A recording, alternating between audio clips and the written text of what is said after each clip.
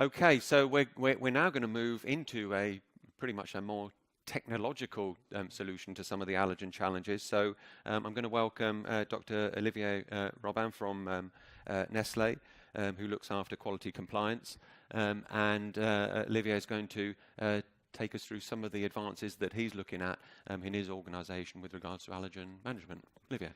Thank you, Alec, and thank you for the opportunity to be with you this morning. To be honest, when I looked at the panel composition of your panel, Alec, I was wondering whether it was really a breakout session or a breakaway from UK. But I'm very happy to contribute to the diversity, the geographic diversity of your panel. So, yes, I'm also very happy to be with you today because in fact, I started informally this project 2 years ago. It was thanks to the proximity that GFSC gave me, the opportunity that GFSC gave me at the Houston conference to liaise with some supplier, and with one in particular, who became in the meantime one of our partners. So, difficult to do a presentation on labeling of allergen without mentioning milk, chocolate, coming from Switzerland. Obviously, milk is one of the famous and very well-known ingredients to be labeled as an allergen. But milk chocolate is a little bit like a question of proximity that I had for this project, because 200 years ago, Switzerland was focused on dark chocolate. Milk chocolate was not existing, and milk chocolate was created due to the proximity of three characters, three people. Caillet, who produced dark chocolate. One person who became later his son-in-law, but was the inventor of the milk chocolate. And Nestlé, because this inventor used the condensed milk of milk chocolate, condensed milk in order to produce the milk chocolate. And the three of them were basically located in the same area in Vevey. So milk, and in this type of product, in this type of milk chocolate, even it is with as well with hazelnut, is relatively easy to do a correct labeling, because the ingredient names and as well the allergen names are very, very similar, but it's not always the case. If we take again the example of milk, you have a lot of milk fractions, dairy fractions, which are basically not containing the word milk in it, as you know, and needs to be reflected in the allergen declaration for milk. So this creates a certain complexity for the people in charge of creating those label right. No surprise, unfortunately, and Alec mentioned it in introduction, we had a series of cases all around the world. Those on the left-hand side are basically incident, and by incident here I'm talking about recall, withdrawal, and safety alerts. The data have been extracted from FDA and USDA for the last years. So you have basically the evolution of the number of allergen labeling incidents in the US, and as well in terms of number, but also in terms of proportion. On the other side, you have the reasons for those allergen incidents, and no surprise because it is used in many, many different types of products. To see again milk. Chris mentioned it. It's a question of trust. Alec as well. It's a question of trust and preparing the right information for the next part of the chain. So the food industry is paying a lot of attention, as you know, in the preparation of those labels, which is all the time a multidisciplinary task. But fundamentally, it has two main elements. The first one, I would say, whatever the process you use, whatever the food safety management you use, integrating HACCP, it has two main elements. The first one is it remains, independently of the fact you can use databases or you can use IS/IT solution, it remains a time-consuming and very manual task. The second thing, it requires a lot of people, a multidisciplinary team, with constant reference to experts. So those are the two main elements that I see in the process for the creation of the label. So in 2017, when I was in Houston, I was thinking, is there another way? Is there another way to basically prepare the label, reinforce the trust that mentioned by Chris, try to contribute to limit the number of incidents, try to simplify as well the workload and the process that we have today in all our places in order to reduce, to prepare the labels. And last but not least, to reduce the burden in maintaining up-to-date a series of databases where you maintain the ingredients, you maintain the claims, you maintain a certain number of information. So I was thinking that maybe we could use new technologies. And one of the technology I was interested to explore at that time was artificial intelligence. You know it very well. It is very popular in certain part of the world, in certain domain.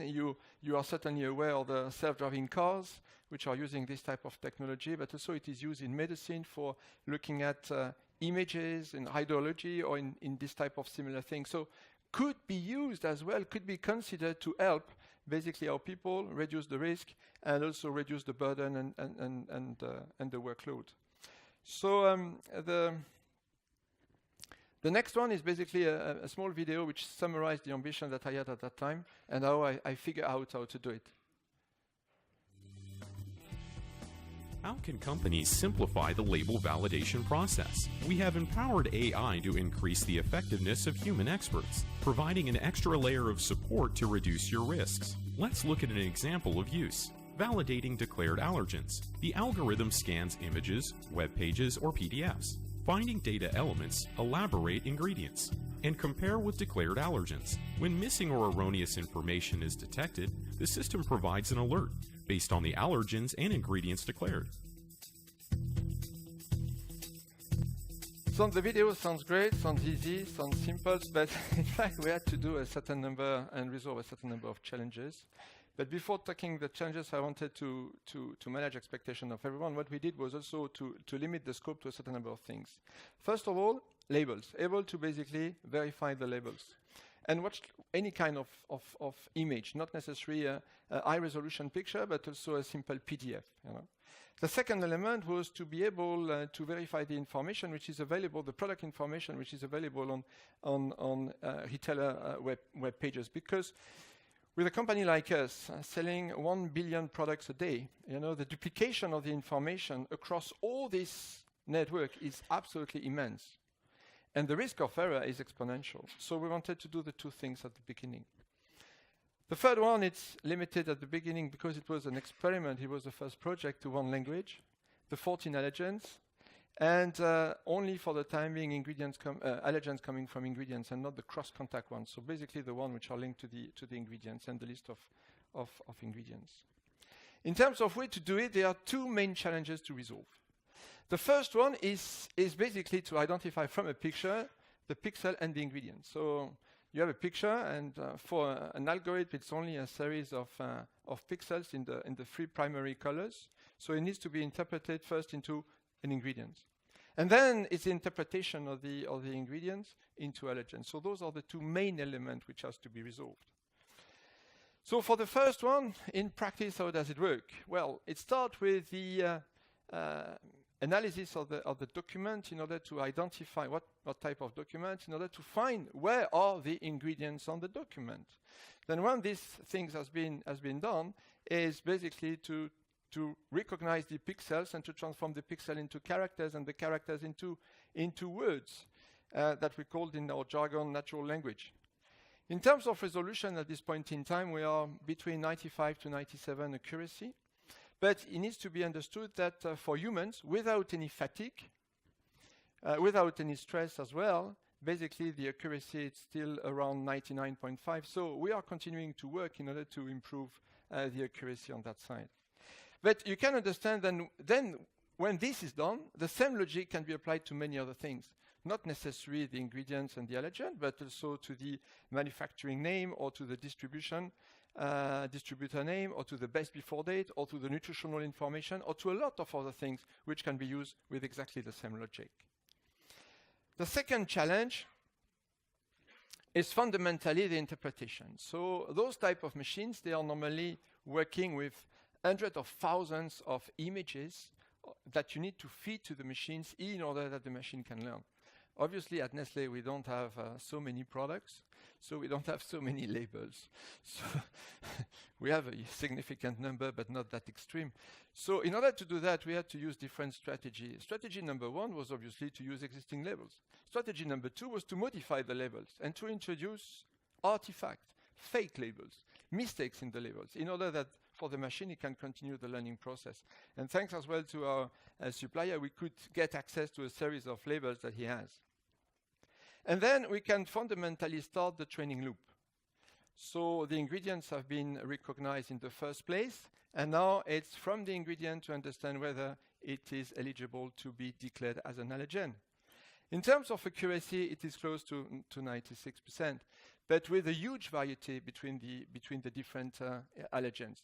On milk, on gluten, the accuracy is much higher.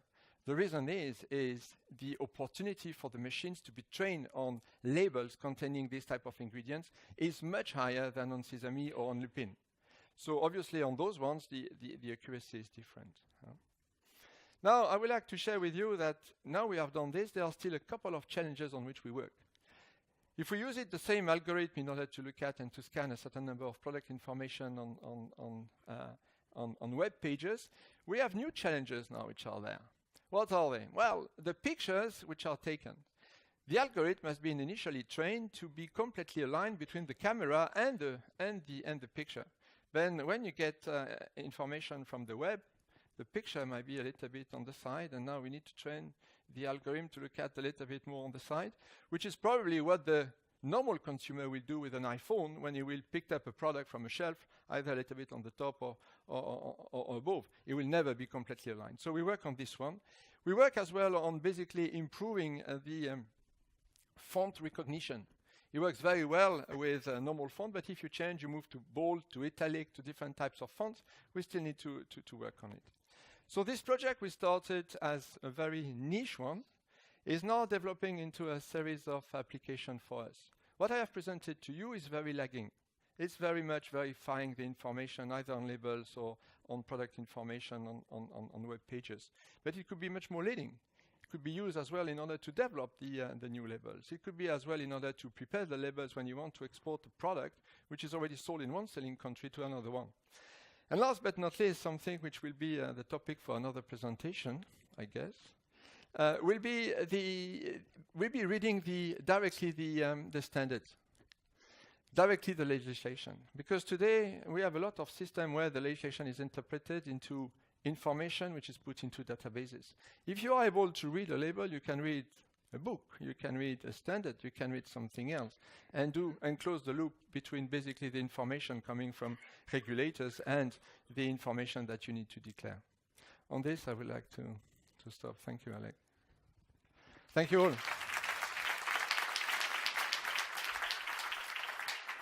Thank you very much. That's a fascinating use of some of the latest technology and thinking in terms of looking at how we can manage allergen information provision to customers. So I have a starting question here, and I'm not sure to what extent you've looked at other websites, but it says, did you find mistakes on allergen declarations on websites such as Amazon or other retailer websites using the technology? I will not mention Amazon because we have not looked at specifically Amazon. This is why I took the example of Amazon. But on other web pages, yes. Right. Yeah.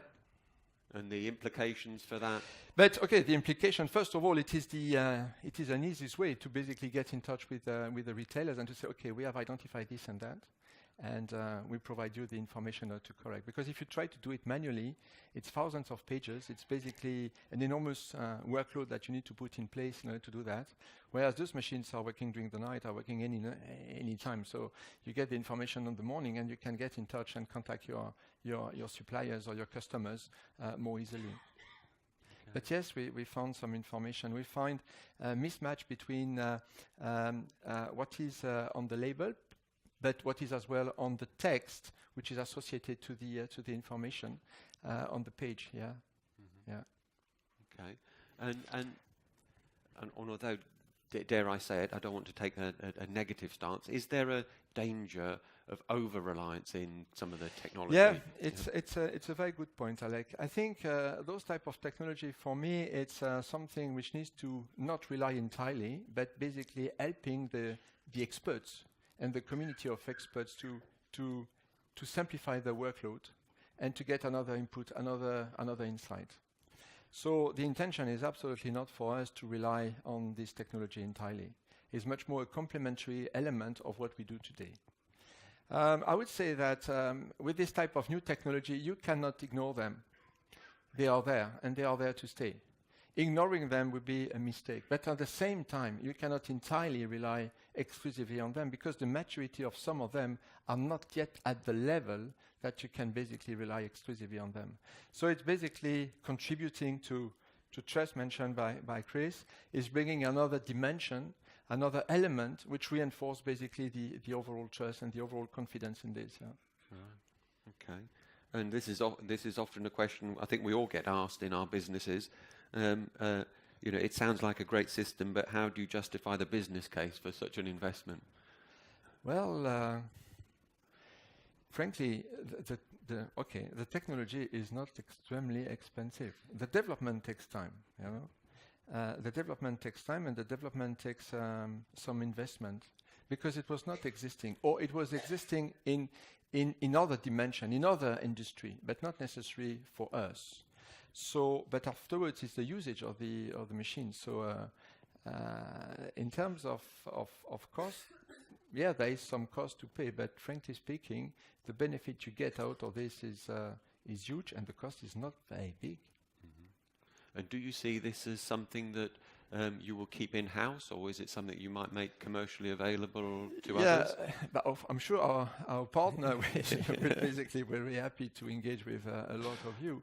I think, as we said, food safety is not competitive, so we are very happy that the development we have done and we have initiated at Nestlé could afterwards serve others. We are very happy that big retailers or even guys like Google, which are extremely advanced in image recognition, contribute to this and contribute to provide a solution which are at the end of the day helping the food industry to be safer. Okay. Olivier, thank you very much for your presentation and your responses to the questions. Thank you.